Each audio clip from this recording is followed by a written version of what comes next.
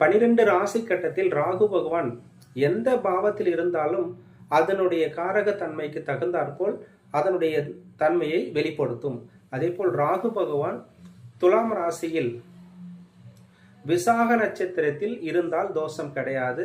அதேபோல் சுவாதி நட்சத்திரத்தில் இருந்தாலும் தோஷம் கிடையாது. ஏன்னா விசாக நட்சத்திரம் குருவினுடைய நட்சத்திரமாக இருப்பதால் அந்த மனையில் குருவினுடைய ஆதிக்கம் அதிகமாக இருக்கிறது. அதே போல் ராகுனுடைய சொந்த நட்சத்திரமாக இருப்பதால் ராகுனுடைய தன்மையும் மிக சிறப்பாக இருக்கக்கூடிய பாவம்.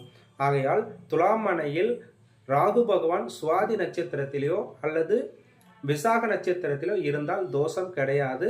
இதை கருத்தில் எடுத்துக்கொள்ள வேண்டும். 12 பாவக்கட்டத்தில் லக்னம் எந்த பாகமாக இருந்தாலும் சரி, ராகு பகவான் துலாம் வீட்டில் இருந்தால் தோஷம் கிடையாது. பொதுவாகவே விசாக நட்சத்திரம், திருவாதிரை நட்சத்திரம் அதனுடைய தன்மையை நிவர்த்தி கொடுக்கும்.